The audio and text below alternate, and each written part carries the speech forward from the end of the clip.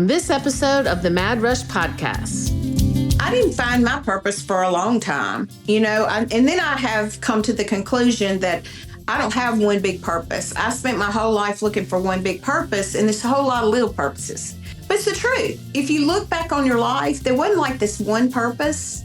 But if you were never born, all the people that would have never been touched by you. And that's powerful.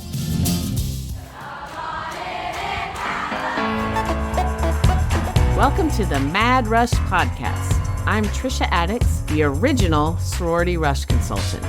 While the stories I have to share are nothing short of astonishing, this podcast goes beyond the wild client tales and sorority life. I'll be engaging with fascinating guests from both within and outside the Greek world, uncovering the surprising connections that bind us all together. Join me for a journey that's as entertaining as it is enlightening. Welcome to Mad Rush.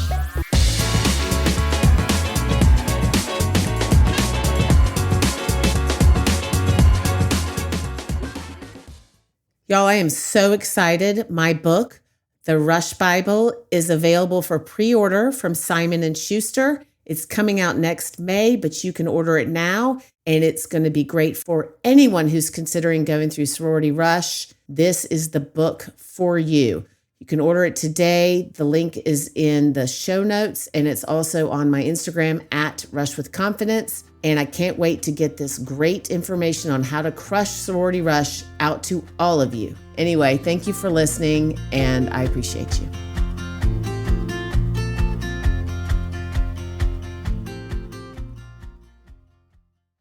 Okay, y'all are in for a treat. I've already, just in the 5 minutes since we've been on this screen, have laughed harder than I've laughed in a really long time. So we have the delightful Jane Foster, and she is a content creator, and we're going to get into all fun things Mississippi and what she does. And so welcome, Jane. Thank you so much for being here. I think it's going to be a really fun night. We've already had a lot of fun. Yes, and she, y'all, is friends with Ellen Skermetti. Ellen Skermetti is the one who connected us, and you just told me that, so I'm going to call you out here.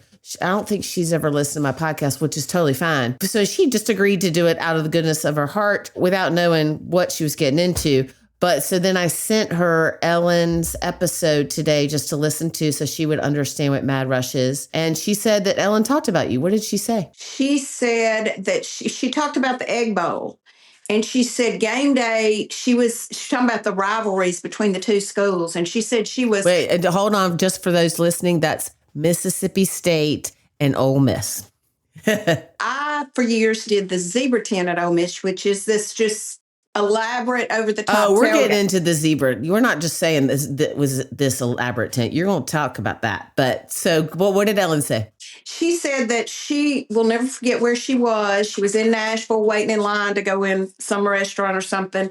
And game day showed her friend Jane Foster, which is me, and the zebra tent. And she said she stopped what she was doing. And it really was a monumental moment for us because it put us on the map. But she said she immediately had to watch it and everything. She said, but then she started looking through social media and there were huge attacks on me over that about the plastic champagne glasses with the champagne fountain. And she said, but what happened was this woman made this horrible, horrible comment, and then people just went after that woman with all they had. And she said she realized then, she just made her think about the strong bonds that we have in the South and how we're willing to stand up for each other and yada, yada, yada. But it's so sweet. And I don't remember that. So that's another thing.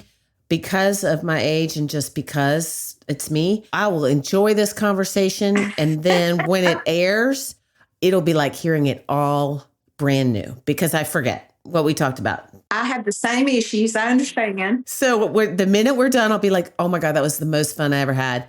And then tomorrow I'll be like, I wonder what Jane and I talked about. So, okay, we gotta lay the groundwork here for the tent situation and the Grove situation. So if y'all have been listening to this podcast, you know that I am a rabid Ole Miss fan, so much so that I went to Georgia. My husband went to Georgia. My son coached football at Georgia. and went to Georgia. My daughter-in-law went to Georgia, and last week or week and a half ago, when Ole Miss beat Georgia in the Sugar Bowl, I cried happy tears. And that is saying something. That's how special Ole Miss of a play. And I agree. I think that Georgia is equally as special. It's just different. And I feel like there is something so unique and cool about Ole Miss. And I just felt like those players deserved it. Anyway, my younger son went to Ole Miss, which is how I fell in love with it. And we got to experience the Grove a lot. And I would like for you to explain, because this is your world. And I just had a small part in it for a very small 4 years. But so tell them, lay the groundwork for the Grove and the zebra tent and all the background and that kind of stuff. Well, I have to start out with the fact that I grew up in Starkville and went to Mississippi State and married a first time around a Mississippi State football player. So there's that. And my mother just always taught me to bloom where I'm planted. And when I met Lance, which is husband number 2, he took me to Oxford. We never went to Oxford when I was in Starkville because we didn't play each other anywhere but Jackson. Like the rivalry was so ill that they didn't go to the different schools. They went to neutral territory to play each other. That's like Georgia, Florida is in Jacksonville, excuse me. Yes. So I had no idea really what Oxford was about. And so the first game I went to with my husband, the ladies in the tent knew I had come from Mississippi State, and they thought they were being helpful to let me know that they really dressed up for the games, and that if I was going to bring my food in something, it needed to not be like a aluminum pan or whatever. And so I had a little chip on my shoulder. They really, I think they meant good for it. Really, I do. I don't think it was meant to insult me, but it kind of did. Basically, I told my husband when we really started this that I was going to have my own tent in the Grove, and it was going to be the best stinking tent in the Grove, and he better get out the checkbook. And I think those were actually my exact words. You know, after I did that, I found out just how wonderful Oxford is, and I fell in love with Ole Miss. They say if you don't want to like Ole Miss, don't go there. Don't take a visit. Because it is the velvet ditch. It just engulfs you, you know? Yes. Oh, that's the name of the restaurant in the square. It is. I fell into everything that I love. The fancy, the traditions. I wanted to do something a little bit different because I felt like maybe I was not there in the past. So maybe their traditions, all of them were not something I needed to do. I kind of felt that way at first. Wait, I got to interrupt you. So explain. So the Grove, I think we skipped over that. And I mean, I thought that I assumed that we assume.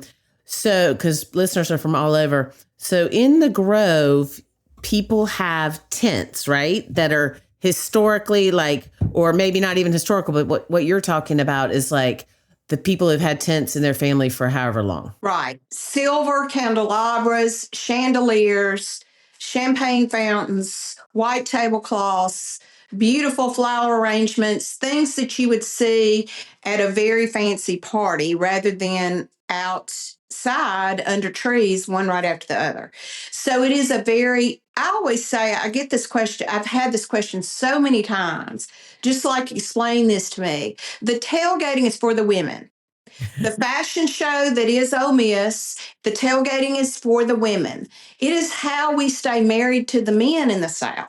The SEC football, we bring the good food, we dress up really cute, so the men have all that going on all day, and then we go to the ball game and we turn into just wretched, screaming, hollering, things like you've never seen. It's just like on like a chicken bone when that lovely, dressed up, to the T, extra lady enters that stadium. And that's what it is. So and I really feel like it bonds a marriage. You know, it's something you do together. Mm-hmm. I think my husband has never loved me more than when my boys started playing football, and I became, because my boys were playing it, so I was all in.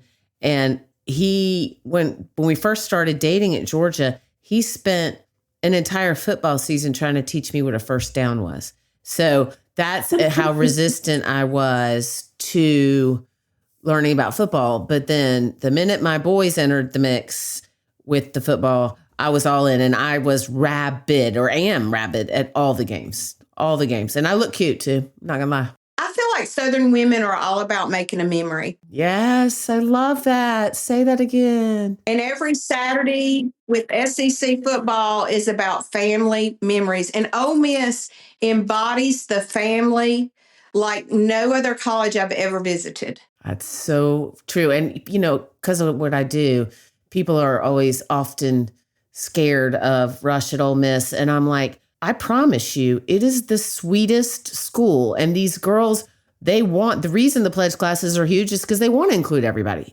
I feel very strongly that Ole Miss Rush, and it's changed in the years I've been doing this, but I felt like it was very misunderstood because it's not cutthroat and it's not these girls trying to exclude people. I feel like it's actually probably the nicest Rush. And the Pan Atlantic makes a lot of effort. Well, although I was in a sorority at Mississippi State, I have spoken at numerous things for different sorority events and things at Ole Miss just because of the zebra tent. I feel like Ole Miss Rush, it is very about the rules. So forget it. I mean, like, you've got to have the grades. But it is a school where if you follow the rules, and then you're probably going to get a bid. And Right. they work, their Rush people really work hard. They've worked hard. I've actually known some of the girls that worked for Panhellenic, like their big girl jobs. And they work so hard to have very few of those girls at the end of the Rush that don't get a bid. Yes. They've worked hard every year to make it better and better and better.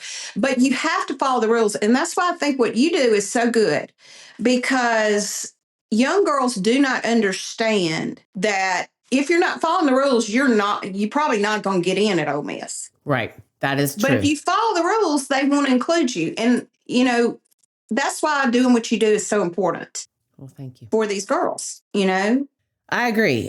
But I agree. And thank you. All right. We got to go back to the zebra tent. So I interrupted you to talk about the tents that have been, generations and all that kind of stuff. So you come in oh my gosh, I'm glad I didn't have wine. So y'all, we're recording this. She has a real job, which whatever. But so we're recording this and it's 7 p.m. And so I was like, and if you listen and you know this about me, which you probably do, I don't drink wine, but my husband is not here to make my drink. So I was about to belly up to this podcast with a glass of wine, and maybe I should have, because then I could pronounce Mississippi. I did not, just for the record. I'm a professional, people. So go back to how the zebra tent started and evolved. So basically, we just started with a painted tent that's zebra striped. And it was Whose idea was that? That was my idea. And an artist, Noelle Webb, who is from Camp, Mississippi, painted the tent.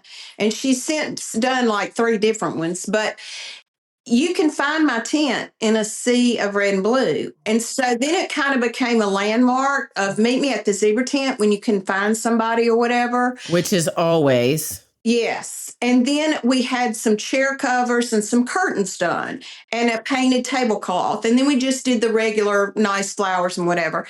And as the years went on, I had some more creative people than me who joined me. And we started doing a different theme for every ball game. And it ended up to where we would feed really 2,000 or more people a ball game and would have more than that come through and take pictures. And we also became like kind of the media tent where everybody came to do interviews. It got to the point where I had to schedule them out. And then I had to require that the interviews be before 11 o'clock so that they could film the food and everything. We've been featured by Southern Living. We've been featured by Mississippi Magazine, Sports Illustrated. We've been on ESPN many, many, many, many times.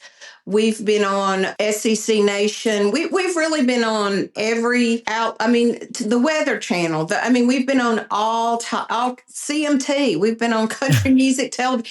It really evolved over the years to such a blessing to me. And then we were included in orientation They would tell the kids we didn't find this out till after they had already included us the next year, but they would tell kids, if you don't have a place to go to the zebra tent. And so we started this is the neatest thing about the tent. Really, we have a lot of neat stories, but this is my favorite.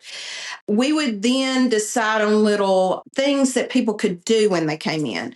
They're always so nervous. It's many of the children who actually weren't in a sorority or had not met their people yet for that first ball game, and they would come in so nervous. So we have little jobs like, okay, you need to undo the napkins and put them in all the tables, and here's the silver.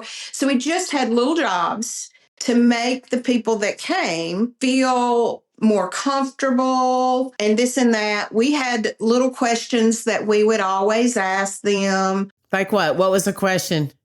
Always the where are you from and what brought you to Ole Miss, different things like that, where we would just make them feel at ease very quickly.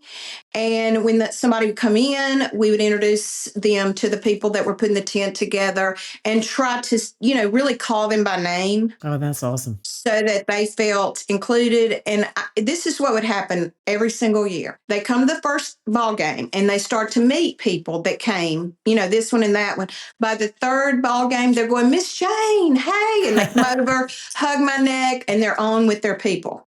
Oh, that's just great. And they still would come by every game. I got letters from mothers that would bring you to tears. I have tears in my eyes just thinking about it. We had some of the people that actually kind of came in like that. Actually, their parents ended up being part of the zebra tent and coming to the games as well. And, they gave the money and came in and helped do things. So it was just, when you get a letter from a mom who says, my child had the worst month, and they came to your tent. It was the first time my child had been included, because a lot of kids are even homeschooled. They've never really been in a big setting like that, and they haven't really learned how to, and everybody's in their little this or their that, and they don't know really how to meet people. It seems like it would be easy in college, but it's not easy for everybody. So people met that way and got engaged. Oh, wow. I just got chills. And they came back and did that. It's really been such a memory maker. We've done the Make-A-Wish children. We did that many, many years. I could go on and on about stories that we were able to be a part of. I think God gives us these platforms, and if you'll just let Him, He will direct you and put the people in front of you that need you. You just have to be a little open to it.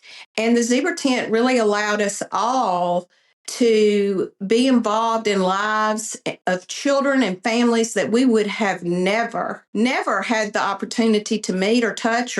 And really, it's not really that we touch them. They end up touching us. Oh, yeah. And changing our lives. That's so cool. I had no idea. That's so much bigger than a tent. Oh, yeah. That's changing people's lives. And that's, again, not to try to make it about me, but that's what I try to do every day. Is it's so important to connect and to find your people. And that's all you want, whether it's through the zebra tent or a sorority or through the running club or through yeah, whatever. It would never be the running club for me, just FYI. But, that's all they want. And the fact that you did that and it was so powerful and so transformative, that's really cool. Well, I didn't do it alone, for sure. All the people that have been part of it. Yeah. Well, there's no way you could do that alone. But you're the catalyst for it. You were the catalyst for it. And you were the one. Obviously, not obviously to a lot of people, but like being a good hostess is giving someone a little job so that they can feel like they're contributing and be a part of it. When people come to my house, I'm like, can you go get the ice or whatever? And it helps me, but it also gives them a purpose in that moment, which for that age, sometimes they've not ever experienced that. And that's having a purpose and finding their people. That is really cool. Well, the Bible's all about hospitality. And most of the hospitality stories in the Bible have to do with women. And it really does show us that we have a gift of hospitality. And you never know who you're entertaining Yeah. when you do that. Yes, that's very powerful. So can you tell me how big the tent is? And y'all, I've seen this in my periphery, but so if you're not in the know, or not even not in the know, but like if you're in, so we always went to our friends, the Zog's tent, and they, on a much smaller scale, would have, but still big, they would have our son and all of his friends. They were, all in the same fraternity, their kids were. And anyway, but then they had a daughter and the whole thing, it was really cool. And the Zogs, they had themes, and then they, like in October, they would have Oktoberfest and everyone would wear lederhosen and, drink from plastic steins or whatever it was. And they'd have sausages. But so when you have a place to go like that, I didn't really ever wander from that, because you also can't really wander in the Grove. It's packed, y'all. But so I remember seeing it, which is shocking because I don't remember anything. But I didn't have any idea how powerful it was and how cool it was. But how big is it? So it's 2 double wide tents going horizontal. And then we have 2 regular size tents going vertical. And then we close off a side. So there's an open area in the back. And then the very last tent is like a members only tent where we keep extra stock of things, and then our coolers that are not for the public. And then we call that little extra area kind of like the garage, so that people can gather back there. And that's where we kept the water and the Cokes and the beer and that kind of stuff. Then we had like an area where we did the champagne fountain. And then the 2 tents were full of food. They were food tables. 1,200 square feet. Mm-hmm. Wow. That my first house with my husband was 1,200 square feet exactly.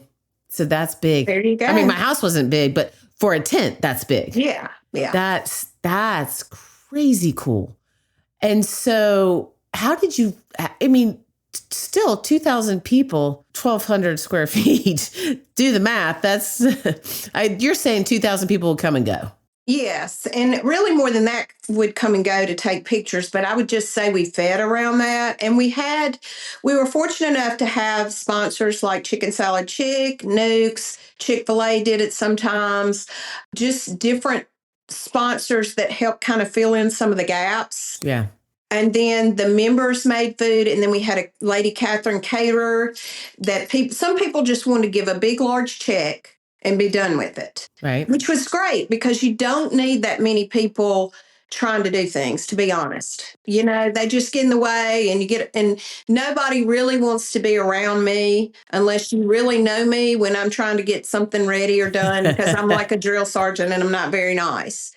And my good friends know that, and by the grace of God, they forgive me and move on. But so we just did different things like that. A lot of us did cook, about 4 or 5 of us, and we cooked many, many, many, many, many things. And then people ordered a ton of food from the caterers. So it was really, and most people would come in and grab one bite, maybe a sausage ball, and try dip. They realized that we weren't, serving supper, most of them. So, but then you have this, I had this conversation with a friend of mine the other day. We were talking about actually a book event for my book that I'm planning. And I was trying to figure out, like, what should I do about food and, the timing. And, I could spend $50,000 on a giant spread, but the whole point is to have people come and learn about the book, kind of thing. And so she was saying there's certain times, like a Southern funeral, when people come, they obviously come to honor or pay respects and all that. But there is a subset of women who are walking out with the plates, with the towel over it, or the napkin over it, because they're going to eat what they didn't eat at the reception. They're going to also eat. They're going to eat again. They did eat it, and then they're going to eat it again. So they take a little to-go plate. So did you ever see people doing that? We had one group of students And it drove several people crazy. But I was always like, I don't think we should say anything to them. I think we should just get over it. I think, in all honesty, they were not from this country. And I don't think they thought they were doing wrong, like, but they would just load up. And I was just, I mean, there was one man that's part of the zebra tent. It absolutely drove him crazy. And I just really had to fend him off because I just didn't feel like they knew better. It's different when, I felt like they just wanted to be a part of something and I would have to fend him off. He has many, many funny stories and he had a little nickname for him because we nicknamed everything in the South. And he was always so funny. But really, most people were very courteous and kind of got it, Right. And every now and then I have to explain something to somebody, but for the most part. Well, and like you said, it's making memories. So you probably remember that group of people that were locusts on the food. Yes. Whereas you might not have remembered someone who just came and had a sausage ball, which, is the right thing, the more courteous thing to do, I would imagine. But I'll think about all the stories you got. We got a lot of stories and there were a lot of rude things that happened. And I did a video on my Instagram account where I explained what the manners and like what to do when you go to a tailgate. But I don't really like to talk a lot about that because, like you say, we had a lot of funny stories about it. And I don't like to point out people. You know what I mean? I like to keep it general. Right. Yeah.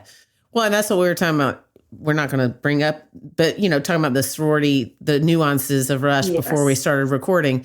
You don't want to point people out, but they're funny stories. They are funny. And I think back in our day of sorority, we were, there's a lot of social push that of acceptance and all that there wasn't back then. I think some of that is good. Some of it may be overkill, but I feel like there was a certain meanness maybe we had back then. Yes. That I feel like people are more aware of not acting like that. I hope. Yeah, you're 100%. Yeah, I mean, it was for me. It was the '80s, and it was a different time, and I love some of the memories I have are so funny but so not what our kids would do today. I mean, some of the things that me and my friends said and did, like we would be canceled, and we should be canceled now.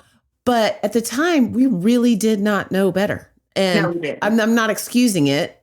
I guess we should have. And we didn't do anything like crazy. I'm just saying like mean girl stuff, which is not great. But, I'm going to, hopefully the people that are listening to this know where our hearts are. But I think they do. They're not listening to this if they don't know that I have such a heart for other people. And so do you. And so, but it was a different time. It was. There's some crazy stories. I remember this is not anything bad. I mean, it was bad, but we used to lay out at my friend Janie's house on tinfoil with baby oil on our bodies to get tan. I mean, y'all. Or the Afro Sheen, spray. We sprayed all over ourselves. I did not know that. Oh, yeah, we didn't do that. But where did you grow up? Starkville.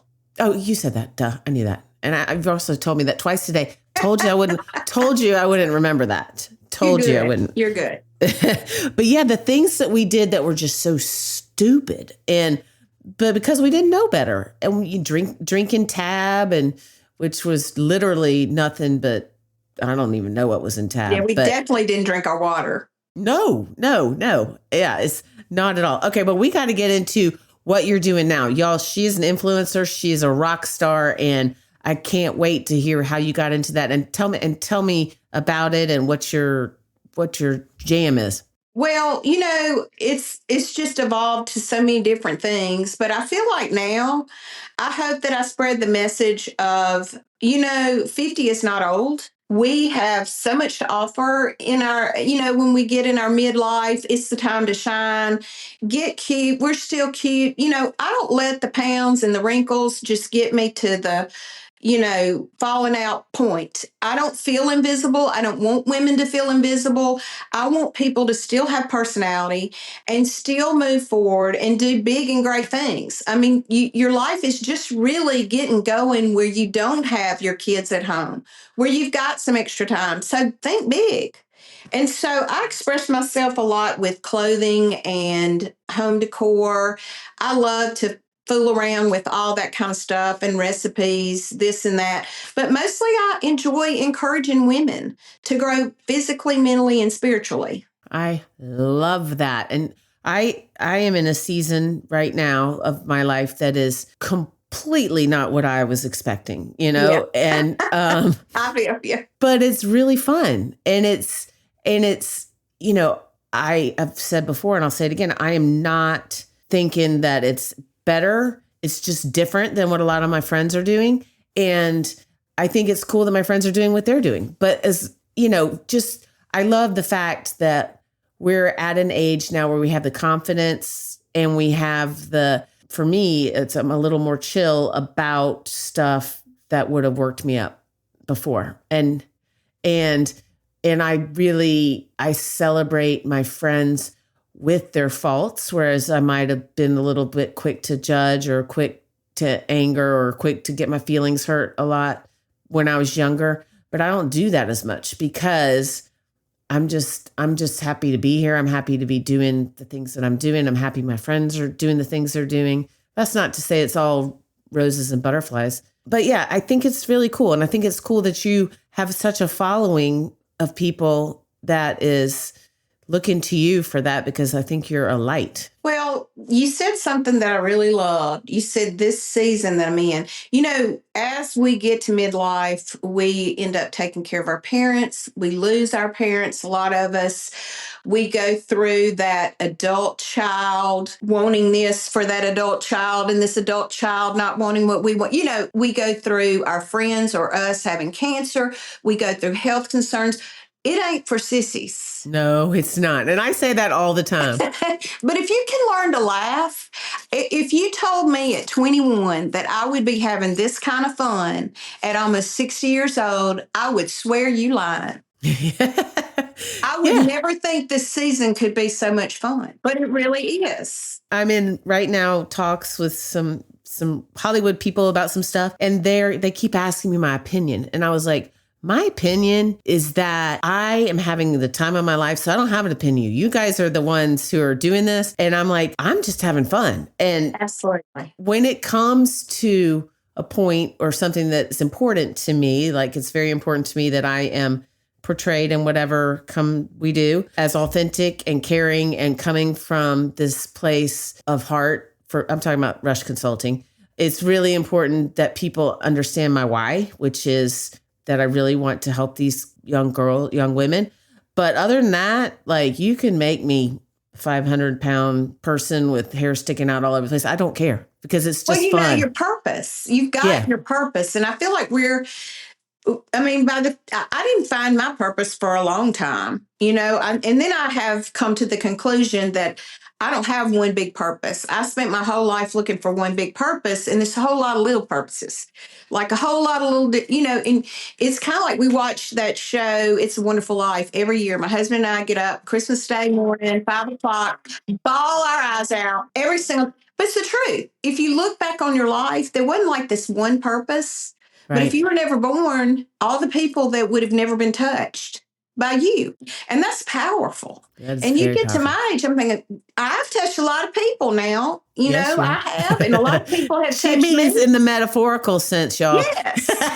Yes. And it's kind of like take the time every year to look back on your highs, your lows, your important things that you did, and write them down. Because I'm so bad not to write them down. You forget. Yes. That's great advice. Your life is so important. Mine is too. We just forget it is. Today is January 13th. So I still have time to do it because I still remember last year. So, or most of it. So that's great. That's a great thing to do. And it's such a whirlwind too. So sometimes we get in this mode. And so to take a little time and reflect. I did something that I hope that my daughter will do one day. My mother was terminally ill for 6 years, and we prayed for a miracle, but we knew the diagnosis was not good. And so she was terminally ill for 6 years, and it was like the biggest gift. She and I had so much quality time. She got to teach me so many things. She got to say it all. And I made a book before she died that was Lessons for a Good Life from Mimi, because we called her Mimi. And I gave that book to her to read. Ugh. I still look back on that. We all need a book to see what we're leaving behind. And we all need 6 years. What a gift. I love that. I have tears in my eyes, y'all. Well, actually, they're a little bit more than in my eyes. They're falling out. You put when you know you have that diagnosis, you put the foot on the gas. And that's how I want to go to the grave. When people bury me, I want them to say that woman had her foot on the gas till they put her in the ground.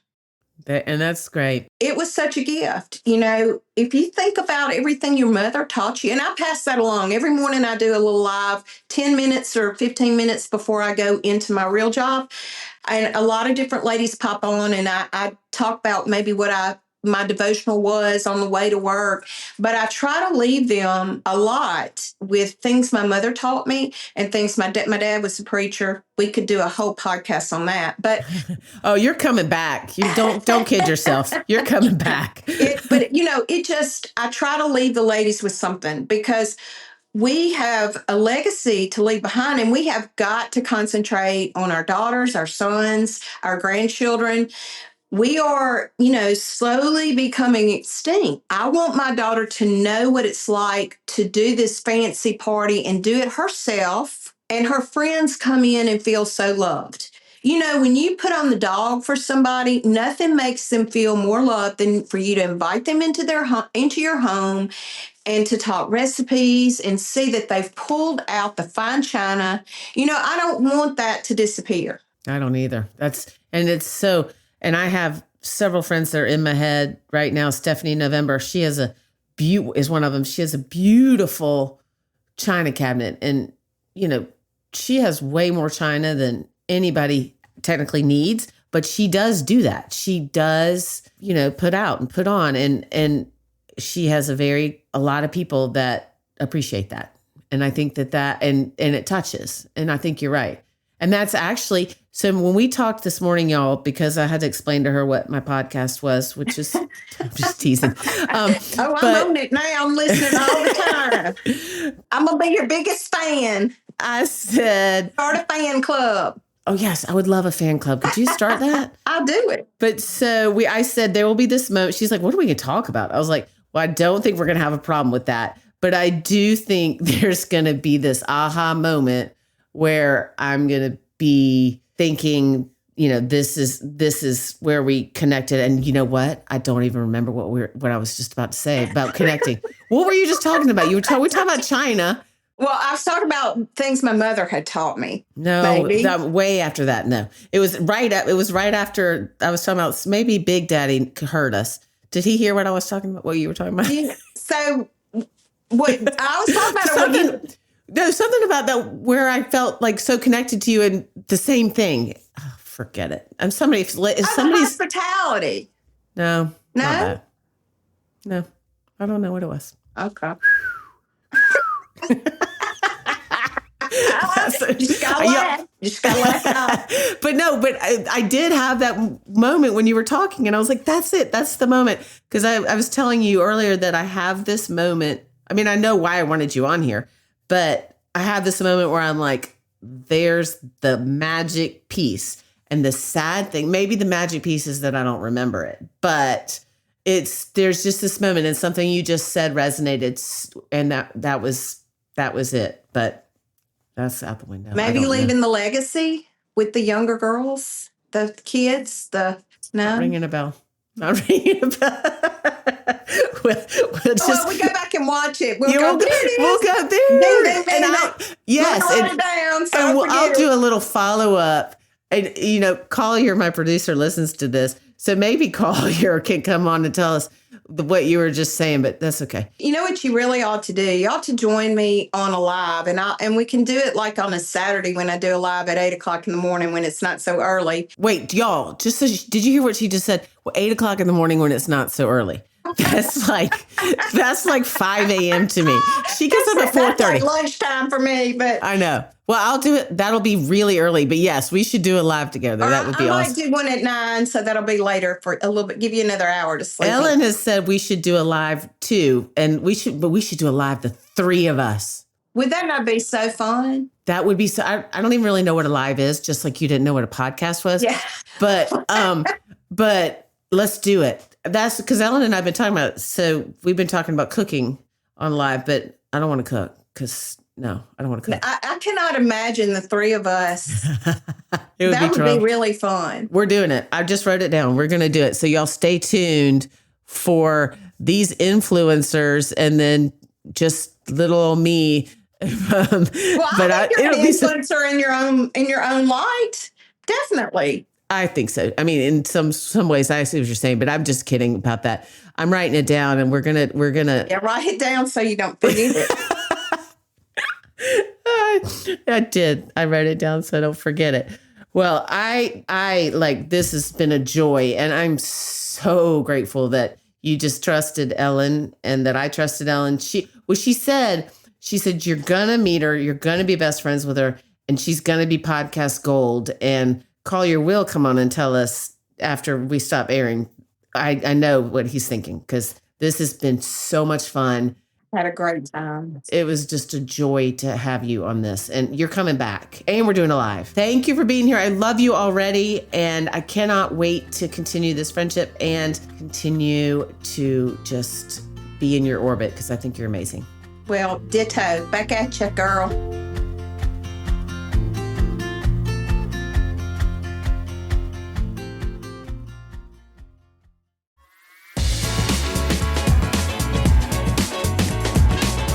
Thank you for tuning in to another episode of the Mad Rush Podcast. If you are enjoying this podcast, please consider leaving us a 5-star review. For additional Rush tips, updates, and more, please follow me on Instagram at Rush with Confidence. If you would like to reach out to us or for more information, please email info@madrushpod.com. This podcast is produced by Collier Landry and Don't Touch My Radio. Copyright Trisha Addicks.